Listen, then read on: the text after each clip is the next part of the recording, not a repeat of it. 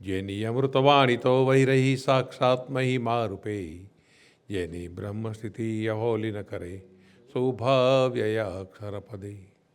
શરણાગત નિજ અલ્પ જીવ સહુના શ્રેયાર્થ તત્પર રહે, કાકા સ્નેહલ સિંધુ દિવ્ય વિપુને હૈયો તો વંદન કરે.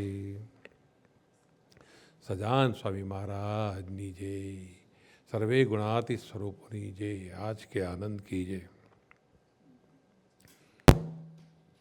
સૌથી પહેલાં પ્રવીણભાઈ 83માં મળ્યા કાકાજીને. અમે પહેલી ટ્રીપમાં ગયા હતા અને એના વાઈફ નહોતા આવ્યા ત્યારે એ હતા નહીં. એ લોકો એક સ્ટુડિયોની અંદર 3 જણા સાથે રહે અને બાથરૂમ પણ નહીં, એક નાના ટેબલ પર મૂકી ગેસ સ્ટવ મૂકી અને રસોઈ કરે અને નાહવા માટે પબ્લિક બાથરૂમમાં જાય. શું એવી પોઝિશનમાંથી આજે આ બધા ઘરવાળા થઈ ગયા. એક નહીં, બધા જ એવા હતા કહેવા.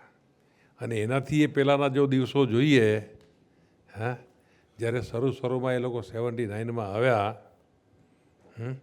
મેં તો એવું સાંભળ્યું, જે જોયું છે કે અમુક માણસો એવા હતા કે શાક લાવવાના પૈસા ન હોય, જ્યારે પેલી માર્કેટ લગાડે ને પેલો જ્યારે ફેંકી દેવાનો હોય વધારાનું કે જે બગડી જતું હોય એવું, એમાંથી વીણીને લઈ આવીને લોકો શાક બનાવીને ખાતા. એવા સંજોગોમાં બધા આજે આટલે સુધી આવ્યા. એમાં પ્રવીણભાઈ એક નાનો ધંધો ચાલુ કર્યો. સૌથી મોટી એની ફ્રેન્ડશીપ બકુલેશભાઈ સાથે સત્સંગમાંથી થઈ. હા, અને બકુલેશભાઈ અને બેની આપણે ફ્રેન્ડશીપ એટલે 2 નમૂન કેવી.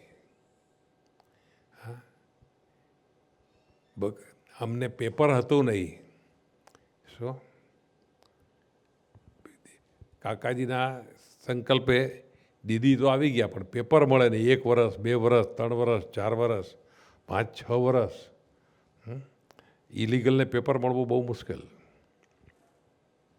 તો બકુલાસભાઈ એવું કે હું મારી વાઈફ સાથે હું ડાયવોર્સનું પેપર ફાઇલ કરું, હા, અને તમે એની સાથે લગ્ન કરો. હા, હા, અને તમારા વાઈફ સાથે તમે ડાયવોર્સ કરીને પણ આપણે તમને પેપર અપાવી દઈએ તો તમારો છોકરો આવી જાય. શું એવું તૈયાર થવું ખાલી પેપર ઉપર, અને એ માટે દિનકરભાઈને પૂછે કેવું. પણ એ ત્યાર પછી એક કાકાજીના ગ્રુપમાં કામ કરે, એક સ્વામીજીના ગ્રુપમાં. પણ એ શબ્દ જે એણે કહેલો એ મૈત્રીને આજે બી પ્રવીણભાઈ એવી ને એવી નભાવે છે કેવું. અને જેટલા અમે સભા કરતા, મને ખબર છે કે અમારી પાસે બેસવાનું ઘર બી નહોતું. હા, અને એને જે ઘર રાખેલું કોઈ ઇલીગલને ઘર આપે નહીં. પહેલાં રસીદ માગે તમે કેટલો પગાર લાવો છો એમ. શું એની કંઈક સિક્યોરિટી. પણ કોઈકના કહેવાથી એની માર્કેટમાં આવે, એમાંથી કોઈકે એને કહ્યું કે મારો માણસ છે ને તને ભાડું આપશે, એની જવાબદારી હું લઉં છું. એવું કોઈ ફ્રેન્ચ બાએ કીધું ને એક ઘર લીધું આપણે. અને એ ઘર બી કે એ મકાન બી કેવું કે પછી 1-2 વર્ષ તો હું ગયો, પણ પછી તો એવા થાંભલા મૂકેલા કે ક્યારે પડે કેવું. અને છેવટે મ્યુનિસિપાલિટીએ રેસિડન્સ માટે કેન્સલ કર્યું. પણ અને એમાં કાકા ફૂલ નાખી આવેલા. શું કારણ કે ઘર જ નહોતું મળતું એમાંથી. અને એ જ જગ્યાએ પાછું આજે નવું ઘર મળે છે કેવું. નવું બંધાયું અને એમાં એણે એ મકાન લીધું. શું એટલે કાકા કેવા દુરંદેશી હશે કે કાકાએ આજે એવું થયું કે 90 રૂઈ ધ પેરિસની અંદર એ મકાનમાં અમે જતા સત્સંગ કરતા હતા. દિનકરભાઈ બી ત્યાં આવેલા. શું એ થાંભલાવાળા ઘરમાં એ ત્યારે નહોતા થાંભલા, પણ પછી તો થાંભલા એટલા બધા ત્યારે હતા જ, પણ થોડા હતા. શું પણ પછી તો એવા વધી ગયા કે છેવટે મ્યુનિસિપાલિટી ત્યાંની શું કહેવાય એ લોકો સિટી કહે, સિટીવાળાએ એ મકાનને ફોર રેસિડન્સ માટે કેન્સલ કર્યું. હા, અને ત્યાં ફરી નવું બંધાય છે.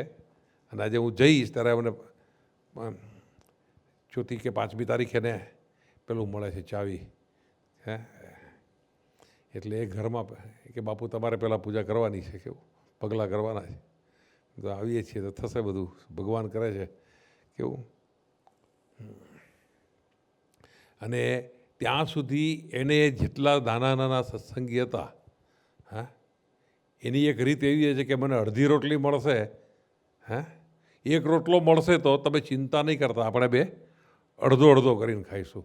હા, પણ આપણે સાથે છીએ. એકવાર પ્રવીણભાઈ પકડાયા. હા, એટલે એનો રમકડા વેચે, હા, ઇલીગલ વેચે, એટલે એનો જે માલનો થેલો હોય ને એ જ પેલા આપણે શું મ્યુનિસિપાલિટી કહો ને, મ્યુનિસિપાલિટીવાળા એ બધો માલ જ લઈ જાય અને કાંઈ પૈસા નહીં. હજી તો નવા નવા ગયેલા. હા, પણ એની સાથે એના કઝિન બ્રધર થાય ઠાકોરભાઈ, મામાના દીકરા, એ એનાથી મોટા એક ઉંમરમાં, 1 વર્ષ, 1 જ વર્ષ. અમારે દિનકરભાઈ ડિફરન્સ એટલો જ. એણે એના કંઈક થોડા રમકડા વેચાયા હશે, તો એને કંઈક 50 ફ્રેન્ક મળ્યા હશે. હા, તો કે પ્રવીણ તું ચિંતા નહીં કરતો. હા, આજે મને 100 ફ્રેન્ક મળ્યા છે. હા, એટલે આપણું ગાડું ચાલશે કે કેવું. હે, એટલે જ્યારે ગરીબી હોય ત્યારે એકબીજા એટલા બધા નજીક આવી, એકબીજાના એટલા બધા સુહૃદ બની અને જીવ્યા છે, હા, કે ન પૂછો વાત. અને ત્યાર પછી એ પણ પ્રવીણભાઈએ એના ભાઈના છોકરા કહેવાય, પણ એની માવજત એવી રીતે કરી છે કે જાણે પોતાના છોકરા હોય એવું. પ્રવીણભાઈની એક દ્રષ્ટિ એટલી બધી વિશાળ છે કેવી, એ પૈસા સામે જોવે નહીં કેવું. હા, કોઈકને એના છોકરાને બાપને ન બને એ જાણે, હા, તો છોકરાને પોતાની પાસે લગાડી દે અને એને ટ્રેનિંગ આપે કેવું. હા, એવી રીતે પ્રવીણભાઈ આખો સમાજ, હા, દરેક નાના મોટા બધાને એવા સાચવ્યા છે સુરદમ થઈને કેવું. અને ભક્તિ અને ભગવાને પછી ભજન કર્યું, ભજનનો ગુણ આવ્યો. સૌથી પહેલાં મને તો એ અનુભવ છે કે જ્યારે કાકાજી સ્વધામ પધાર્યા એને બહુ લાગ્યું. અને કાકાજીને એવું હતું, એની ઈચ્છા હતી કે કાકાજીનો મારે ફોટો પડાવવો છે, પેલી સ્કેચ કરે ને કે આર્ટ ગેલેરીમાં. હા, હા, હા, હે, ચર્ચની પાછળ એવી આર્ટિસ્ટ લોકો હોય, તમને ઊભા ત્યાં જ કરી આપે કેવું. હા, કાકાને કે મારે કરાવ, કાકા કે હા. તો કાકા અહીંથી જતી વખતે, છેલ્લી જતી વખતે, હે, ખાસ 5-6 કલાકનો હોલ્ડ હતો. ફ્લાઇટ એર ફ્રાન્સની ફ્લાઇટ લીધેલી અને કંઈ બદલવાની હતી. તો 6 કલાકમાં એને બોલાવ્યા અને બહાર નીકળ્યા. તે વખતે કોઈની પાસે ગાડી બી નહીં કેવું. હા, સૌથી પહેલી વાર ગાડી મને 87 કે 89માં લીધી. એમ શું મને કે લઉં કે નહીં? મેં કીધું હા લો, 5000 ફ્રેન્કમાં કેવું. ઇન્ડિયાના લાઇસન્સ પર કંઈ લાઇસન્સ મળી ગયું હતું એવું કંઈક હતું. એટલે શું, અને એટલે એવી કસમાં રહીને, જે કસમાં રહીને જીવેલા છે, હે, એટલે આ બધા આજે એને, અને છતાં એ બધાના ભૂદર સુખ દુઃખમાં એ ભળ્યા, એમ મિત્ર બનીને જીવ્યા છે કેવું. ખરેખરા સુરદ મિત્ર. હા, એટલે બધા એને ડેડી કહીને જ બોલાવે છે ક્યાં, કે નાના નાના છોકરા હતા બધા. શું આ પન્ના, ધર્મિષ્ઠા, એ બધા બીજા બધા ઘણા બધા છોકરાઓ, એટલા બધા નાના નાના. શું પણ એમાં, હા, અને ખરેખર ડેડી તરીકે બધાને એને પ્રેમ આપ્યો છે. એની ભલે ભણ્યા છે ઓછું, મેટ્રિક પાસ છે, હા, પણ છતાં એની કોઠાસૂઝ, હા, ભણતરને કોઈ લેવા દેવા નથી. માણસને અંદરની હૈયા ઉકલત હોય, હા, અને ભક્તિ હોય, હા, હૃદયના ભાવ હોય તો કોઈ બી એની પાસે પીગળી જાય કેવું. એમ એણે પેલા અમારા શું કહેવાય પદ્માબેનને બી એવા સાચવ્યા છે કેવા કામ. અને લોકોએ જે મહેનત કરી છે મને યાદ છે કેવું હા કે કેવી રીતે જીવતા હતા ને કેવી રીતે, કારણ કે હું એ લોકોની સાથે રહ્યો છું. હા એવા સંજોગોમાંથી હું પણ પસાર થયો છું. કારણ કે ભક્તો લીલા તો અમે લીલા, ભક્તો પાસે નહીં તો આપણે શું બીજી એની આશા રાખીએ એમ કેવી. હા પણ સત્સંગ તો મહિમા તો ગાવો જ છે, સત્સંગ તો કરાવવો છે, ભજન તો કરાવવું છે. હે એટલે સાધુ તો ફિરતા ભલા જઈએ તો એમાંથી એ બધા છોકરાઓને મારી સાથે પ્રેમ થયો. એમાંથી આ બધું પણ પછી અમે તો જઈએ તો મહિનો જઈએ, 15 દિવસ જઈએ, મહિનો જઈએ, પણ પછી 11 મહિના કોણ સાચવે. એ ગોવાળી એણે એવી રીતે કરી કાકાને રાજી કરવા. અને ભગવાન આ વખતે સમયમાં એવું કામ કર્યું કેવું એમનું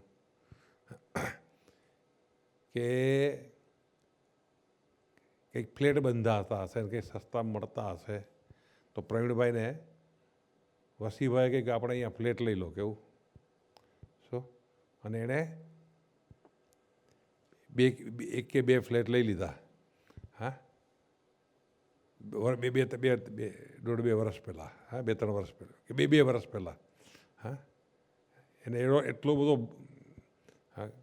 બધાનો ભાવ એમ કેવું એને ભરતભાઈ માટે બી ભાવ એટલો જ, હસીભાઈ માટે બી, બાપુ માટે, દિનકરભાઈ માટે, બધા જ માટે એવો ને એવો દિવ્ય ભાવ એમ, કોઈને માટે ઓરો ભાવ નહીં કેવું. હા તો એ ફ્લેટ અત્યારે વેચી દીધા. હા અને એમાં કે 35-40 લાખ આવ્યા એ આ બધા સમયામાં આપી દીધા. બોલો કેટલા જે એટલે જેને શું ભગવાનના ભક્તો માટે જે ઘસાય છે એને ભગવાન આપે છે. અને એનો સંકલ્પ હતો કે આપણે ઉજવવી છે તો ભગવાન કહે 40 લાખ મળી જાય એટલે એ આમ જોવા જઈએ તો 50,000 યુરો જેટલા મળી જાય કહેવાય ને, એનાથી વધારે કેવું.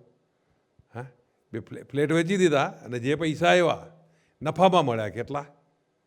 હા વસીભાઈ કે વેચી દો, તમે કહો તમે કીધા લીધા હતા શું. બેંકની લોન એ બધું વસીભાઈ વ્યવસ્થિત કરી આપેલું, પણ જે લીધા હતા ને વેચ્યા હા સીધા 50 લાખ રૂપિયા મળી ગયા, 40થી વધારે કદાચ.